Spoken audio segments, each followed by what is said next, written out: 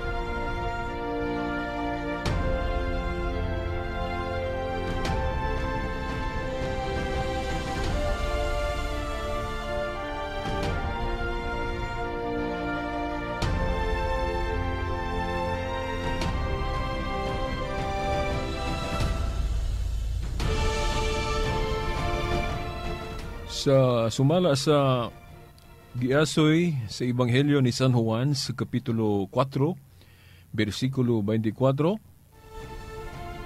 ang Dios Espiritu, ug ang magasimba kaniya kinahanglan magsimba diha sa Espiritu.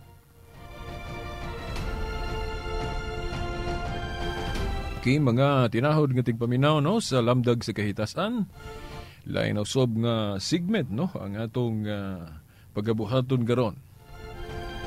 Ato dayong gikutlo ang San Juan 4:24 diin nagpahinumdom, nagtudlo kanato nga ang pagsimba sa Dios diha sa Espiritu. O gunya, ang Dios Espiritu wala man na siya'y bahing material. O walay unod ug bukog. Mao na ang Dios. Well, nganong ato ning gikutlo kay nakasaad man ko ninyo nga kadtong objection sa larawan atong hisgutan karon, no? Gani hasta putong bunyag og sa tigpataliwala no, sa mga santos, pero unahon nato ning sa larawan, no? Dayon siguro ang uban ugma na sa alas 2:30 kay Domingo man ugma, so alas 2:30 ta.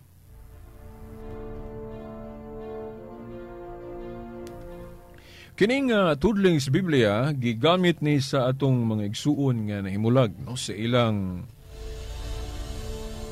ilang pag-ingon nga kita kunong mga Katoliko na sayop. Nganong nasayop ta kay diya sa atong pag-ampo o diya sa atong pagsimba sa Dios, mugamit man tag mga balaang simbolo. Mugamit man tag mga imahen o mga larawan. Nga mag-atubang ta.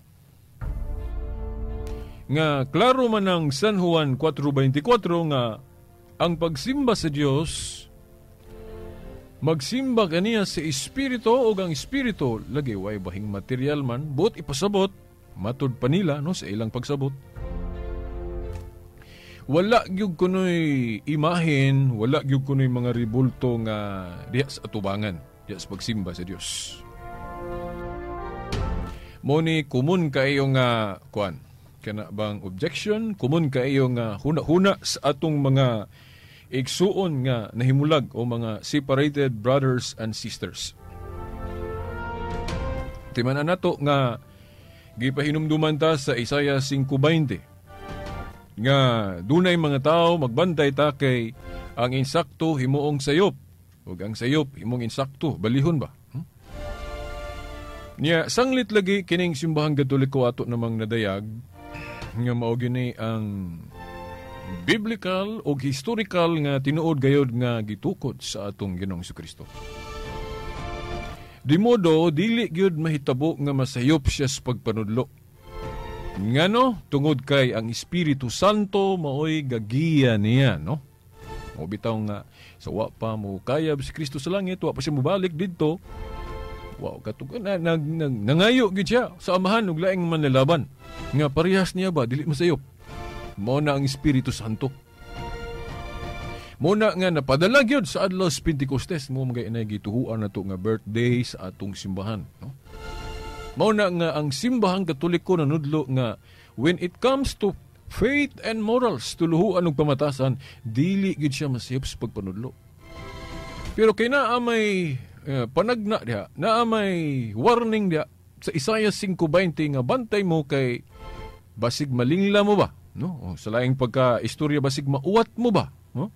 Basig malimbungan mo ba nga doon na unyay mga tao nga muingon ani nga sayop man na. Oh. Dayon di ta kahibalo mutubag, di ta kahibalo muhatag og katinawan na arabas Biblia o no Pedro 3:15 ba na kung wa ko malimot.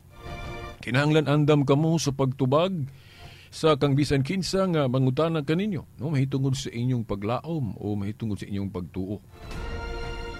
So ang matuod nga Kristohanon kung pangutanon, dili mo ingon nga, pagtuura mo inyo diha, oy, sagdira mig amo diri. Dili ingon ana ang Kristohanon. Kinahanglan tubagon yun. Kay kanang tubag, naaman diha ang lamdag, naaman diha ang kahayag.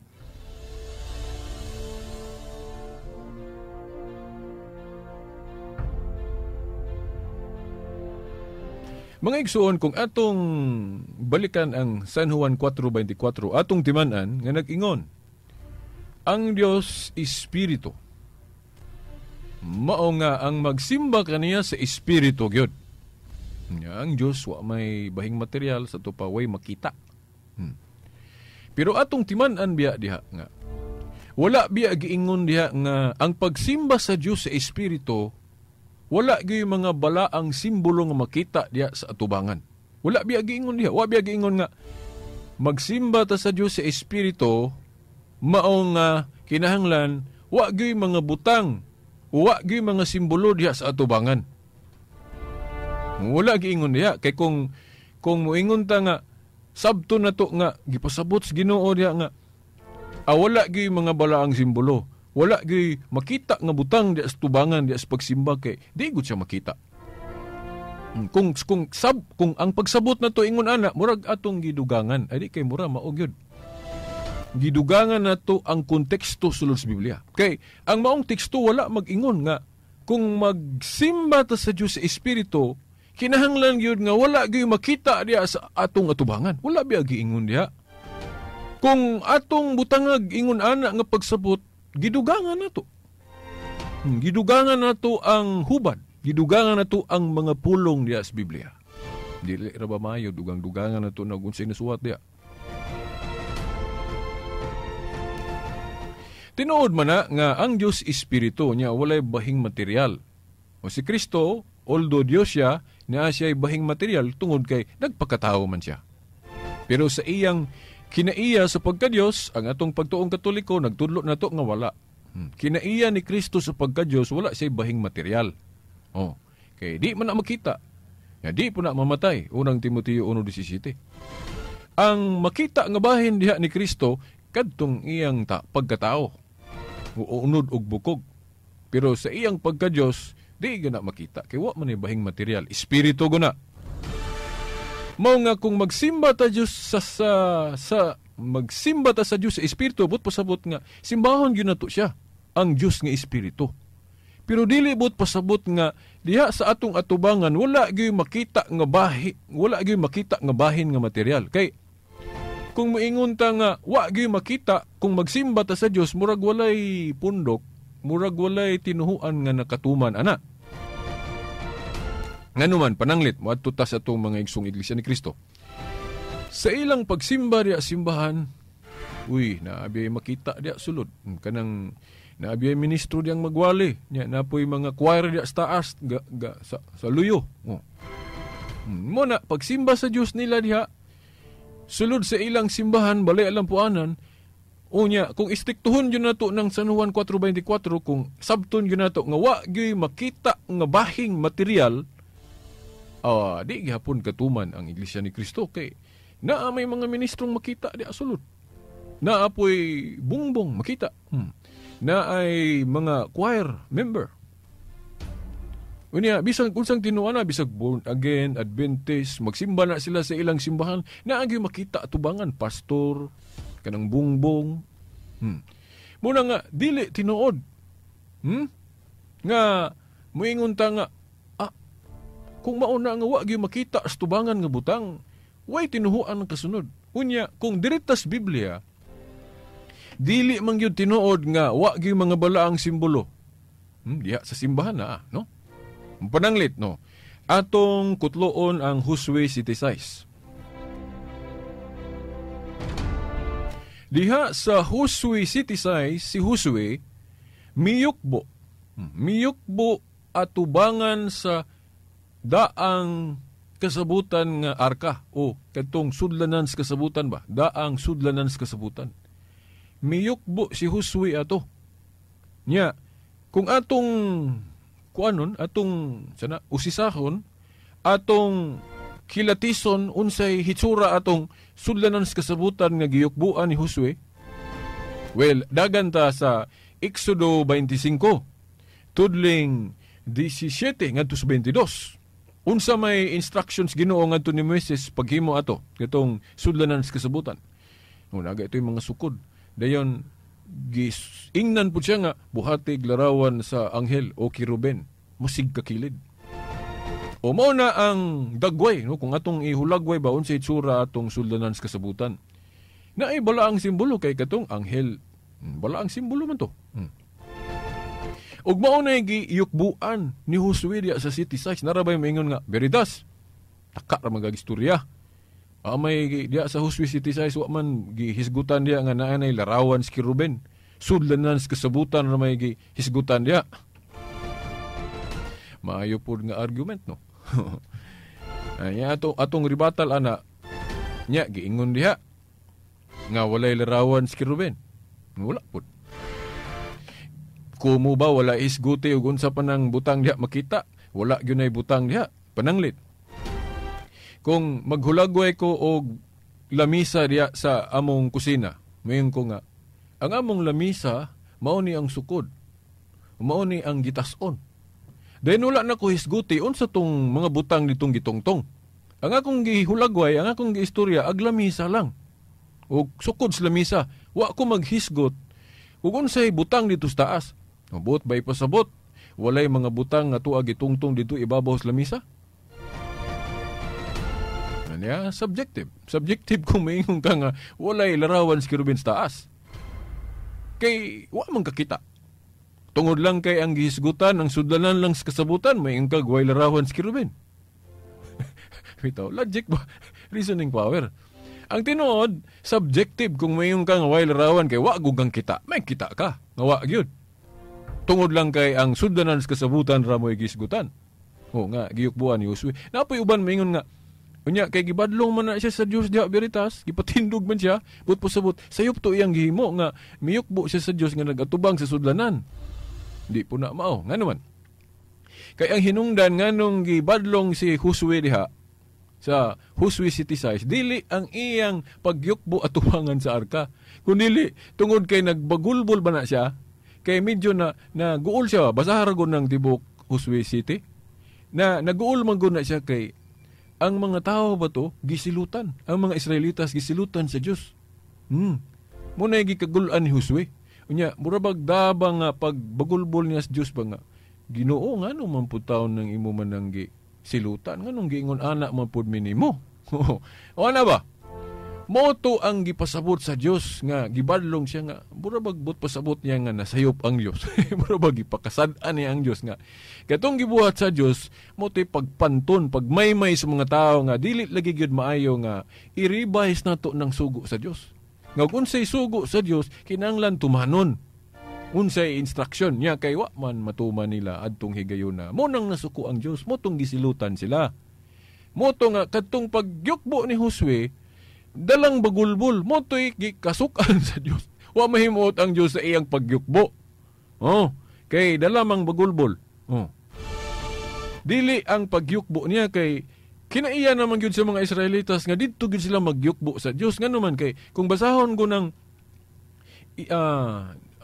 Exodo 25, 17 nga to sa 22 nga diin naghatag og instruction ang Dios ngadto ni Moises sa paghimo sa larawan sa kiruben ibabaw sa sudlanan sa kasabutan. Then sa bersikulo 22 nag-ingon siya nga timan diri ako makig-istorya ninyo. Diri ako makighinabi ninyo. Niini ibabaw sa sudlanan sa kasabutan katubang daang arkas kasabutan. Diri ko makig-istorya. Taliwala sa duha ka larawan sa kiruben. But pasabot ang presence of God naa didto sa ibabaw sa sudlanan sa kasabutan nga naay larawan sa kiruben. Mao naman ay ilang nahuna-hunaan. Mao naman ay naa sa ilang hunahuna nga mao ba ang presensya sa Dios naa diri sa sudlanan sa kasabutan nga naay larawan sa kiruben. So ang atong himuon muyukbo ta ni kay naa man diri ang presence of God. So mao na nga nabatasan na nila mo to si Josue. Yukbo siya ato. Pero kay dalamang bagulbol tong iyang yukbo mo tong gibadlong siya sa Ginoo. Dili tungod kay niyukbo siya. Kay kung ayuhon na tugtuon jud ng mga kanang history sa mga Hudeo, mga Israelitas sa una, mo gyud na ilang trabaho. Mo gyud na ilang gihimo. Kung muyukbo sila sa Dios, magatubang sila sa sudlanan sa kasabutan. Di ba? Diha gali sa Facebook na among ko'y picture diha. Gihulagway ni kato si Josue nga miyukbo sa sudlanan sa kasabutan. Nga naay larawan si kiruben masig kakilid. So mao na mga tinahod nga tigpaminaw. Nga dili tinuod nga ang pagsimba o pagyukbo sa Dios wa gyud larawan nga makita. Granting nga walay larawan si kiruben. Pero kadtong sudlanan sa kasabutan makita biya to. Butang biya to. Di ba? Granting without admitting ba nga walay larawan si kiruben. Kuan lang katurang sudlanan sa kasabutan. Sa ato pa naagihapoy makita. Simbolo sa presensya sa Dios. Nya dili man tinuod nga wala gyud simbolo sa presensya sa Dios, sa katawhan sa Dios. Basahan ninyo mga igsuon ang Salmo 74. Salmo 74 1 ngadto sa 9.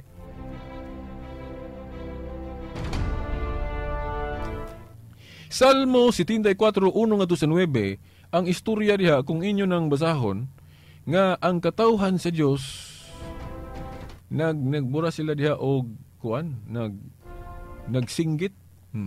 Mura sila og nangayo og mura ra gihapon gali na og kuan sila mura ra gihapon na sila og nagbagulbol diha. Ngano man kay gitugot man sa Dios God nga guntugon sila sa ilang mga kaaway. Basahan niyo na Salmo 74 1 ngadto sa 9. Kay ingon ani man guna ang istorya gud sa katawhang Israel. Kung magmatinumanon sila sa Dios, maayo ang resulta. Dili sila mapildi sa ilang kontra. Maayo ang dagan sa ilang panginabuhi. Pero kung magsugod na gali sila og sukol, magsugod na gali sila og buhat og dautan, dili sila mo tuog yun unsa instruction sa Dios, mo nang musugod po dayon ang mga hitabo nga maot sa ilang kinabuhi. Mo man na ba kung mubasa tag Biblia, ang leksyon man gud ana nga but pasabot nga kita gyud untang mga tawo, dili gyud bata mo compromise. Kinahanglan og unsa gyud gustos Ginoo ato gyud buhaton, dili bata magbuot-buot mag-ato ba nga klaro man na sa pagampo nga gitudlo ni Kristo nga amahan namo naka sa langit pagdayon imong ngalan matuman ang imong pagbuot. Oh, pagbuot sa Dios may matuman pero ato mang usbon, di ba? Ingon si Kristo nga, ang naminaw ninyo akong simbahan, samarang naminaw nako. Ang wa minaw ninyo, wa sa minaw nako. Na sa Lucas 10:16. Nya kay ato man ang i-revise. Pag ingon simbahan nga, kung magplano lagi ta sa pamilya, kuan na lagi, natural rang. Dili lagi ng contraception o contraceptives. Ato mang yung usbon kay lisod man. Murag dili man kay ta kumporme atong gitudlo simbahan. O mag-revise, usbon-usbon yun. Ita mo na nga mag-ani ta sa unsay mga sangputanan anak, di ba? Na atong anak nga madispurma, kay naningkamot nga sa dili unta anak, unwanted child, magtakalag tumar, unta makuha unta. Di niya kay ginusahay kay, bahala, dili. Bakok yun ipagkatao ng bata, pisan pag imong paningkamutang, dili mabuhi. Na pagka anak sa bata, pasti lang luuyak ayo na ay diferensya. Munya agis pangita na tug kanang mangita gitag kanang sayon-sayon mao na nga adita mo tuwa ng simbahan kay lisod na murag abstinence na puasa. Bitaw tinuod na kay gitudloan biya tag puasa nga antigo ta magpugong.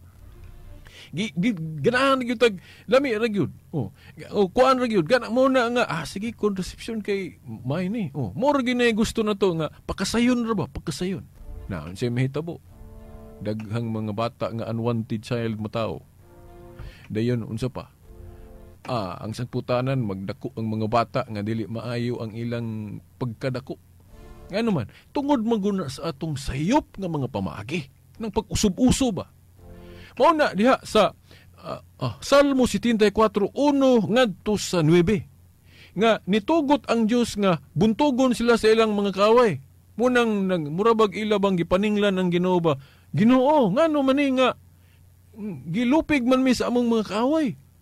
Ang tanan diha sa templo ilamang giguba nitugot man ka. Ang ilang bandila naman no ilang gipakayab, ang amo ilamang gipang guba. Martilyo, pinagigwasay. Gilumpag nila ang among mga balaang simbolo. Ang katawhang sa Dios mga igsuon, na aday mga balaang simbolo. Unsa man ay mga balaang simbolo sa katawhan sa Dios? Malagi ito, mga kiruben. Dagway, narabang kiruben, dagway rabag yung tao. No? Basta kanang paghulagway diha pinagig pananahon diha sa Ezekiel 41. Ezekiel 41 tudling 17 ngadto sa 20. Diha pananaw na mahitungod sa templo sa Dios. Naagi mga balaang simbolo. Unsa kaayo? Larawan sa kiruben o anghel. Di na ay naong sa tao, klaro. Napagi naong sa leon. Leon na gani na. Sumuna nga, dili tinood nga ang katawhan sa Diyos walay mga balaang simbolo. So kanang pagsimba sa Diyos sa Espiritu, tinood na. Pero naanay mga simbolo. Muna nga, dili na dautan na itong gihimo mga Katoliko nga magsimba ta sa Diyos, magatubang taglarawan sa mga balaang simbolo nga mao na mga santos. Kaya na akong mga larawan sa ato mga santos, mga balaang simbolo man na. Later on, ato po niyang paghisgutan ng kanang pag-ampo. Murag apikin naman ng panahon. At tangi lang po ninyo, atong hisgutan ng pag-ampo. Kaya maingon man na sila nga. Nya kay inyo mang ampuan, veritas. Kana, atangin na ninyo, no? Simple ra, no? Duha ka klaseng pag-ampo. Ako lang i-short gamay, no? Kung mag-ampo ka sa santos, nga nagtuo ka nga ang santos Diyos mo na'y sala, sayop. Pero kung mag-ampo ta sa santos nga, igo rata mo, mangayo sa iyang intercessory power, kanang mayon ta nga, San Vicente, iampo mo kami. Dili na siya dautan. Kanang mo requesta sa iyang mahimo rapod nga patabang tag-ampo. Paras ba ng mga born again ba nga ilang hangyoon ng ilang pastor nga iampo sila o i-pray over sila, di ba? Intercessory power man na. Mo requesta sa ilang mahimo. Wala ta mag-request sa mga santos nga samag Dios na sila. Kay dili man sila Dios. Nya atangin ninyo ang kanang full explanation ana, no? Kay na biblical. Naagpagali teksto dias Biblia nga ang santos maampuan. Matangin ninyo kung ato nang isgutan. Pero ampuan ang santos sa iya ra pong mahimo. Dili lang ta magampo sa mga santos nga nagtuo ta nga mura na pud sila Dios. Dili na lahi, no? O dili gyud Dios ang mga santos. Atangin ninyo kung ato nang hisgutan og gayo. So mao na mga igsuon nga kanang Salmo 74:1-9 naa diha klaro kayong gatug-an nato nga ang katawhan sa Dios na ay mga balaang simbolo. Mo na nga kung muluhod ta atubangan sa mga balaang simbolo sa mas larawan sa mga santos, dili nabot sabton nga nagsimba ta sa Dios nga ribulto atong gisimba sa Dios, dili. Simbolo lang to. Ang Dios naara dito iyang presence. Ang Dios katong dili makita nga naa dito iyang presensya, pero dili katong butang, dili katong larawan, kay wa gyud pagtulunan ng Katoliko nga kanang larawan sa mga santos mao na Dios. Nakuha ninyo? Dayon napay teksto sa Biblia, no? Ako lang ning idali-dali. Sa Isaias kapitulo 37. Basahan ninyo na Isaias kapitulo 37 versikulo 14 ngadtos 16. Basahan ninyo mga igsoon. Isaias 37 versikulo 14 ngadtos 16, no? Na diha mabasa nga si Ezekias nagampo sa Dios nga nagatubang sa larawan sa kiruben. Basahan ninyo diha. Nagampo siya sa Dios pero gaatubang siya sa balaang simbolo katong kiruben. Nya ato pagaling masabot na nga probably sudlanan sa kasabutan na kay naam dito tong larawan sa kiruben. Nagampo si Josue gaatubang sa larawan sa kiruben. Na sa Isaias 37 tudling 14 ngadtos 16. Nya ayuha ba ninyo basa ng kuana Exodo 25 17 ngadtos 22 kay naaman diha ang instruction sa Ginoo sa pagbuhat sa sudlanan sa kasabutan unsay hitsura ana nga naa jud nay larawan sa kiruben. Ug mo na istorya diha ngano nga amang Israelitas kung magyukbo sa Dios magatubang sila ato. Pero wala sila magtuong katong larawan mao na gyud Dios. Wala. Lahi na, no? So, mga igsoon, muna ang mga mga pagtulunan nato nga grounded by scripture pero himuon nilang sayop. So to pa natuman nila ng Isaiah 5:20 nga bantay mo nga ang insaktong pagtulunan himuon nilang sayop. Unsaon na nila pagsayop? Basa sila Exodo 20. Kutlog teksto ako nang giingon ninyo nga bantay ta kay kini mga ministro o pastors kahayag magpakakahayag mo pud. Mukutlog mo ning mga teksto pero dili mao ang pagkasabot. Kutloon nila ng Exodo 24 nga nagdili og Diyos Diyos mo nang gitumbok diha. Dili mo na mga sagradong imahen, dili mo na mao ang mga balaang simbolong gitumbok diha. Kay klaro man na sa bersikulo 3 sa Exodo 20 nga gipaka-Diyos na. Pagbaton maglaing Diyos ba? Tangin ninyo pohon kung ato ning ma-expound pagyogayo kay daghan pa kung wala mahisguti pero I hope nga bisag katulang nasabtanan ninyo. Okay, wa naman tayo igong panahon sa ngalan na lang sa atong mahal nga inahan, Mother Mary, mga kadagkuan sa atong simbahan. Kini ang ubos ninyong alagad, Silbert Dondoyano Sr. alias Veritas, kauban sa atong mga amigo sa technical side, Tax Ilumba ug Danny Lud. Hangtod ug mga puhon.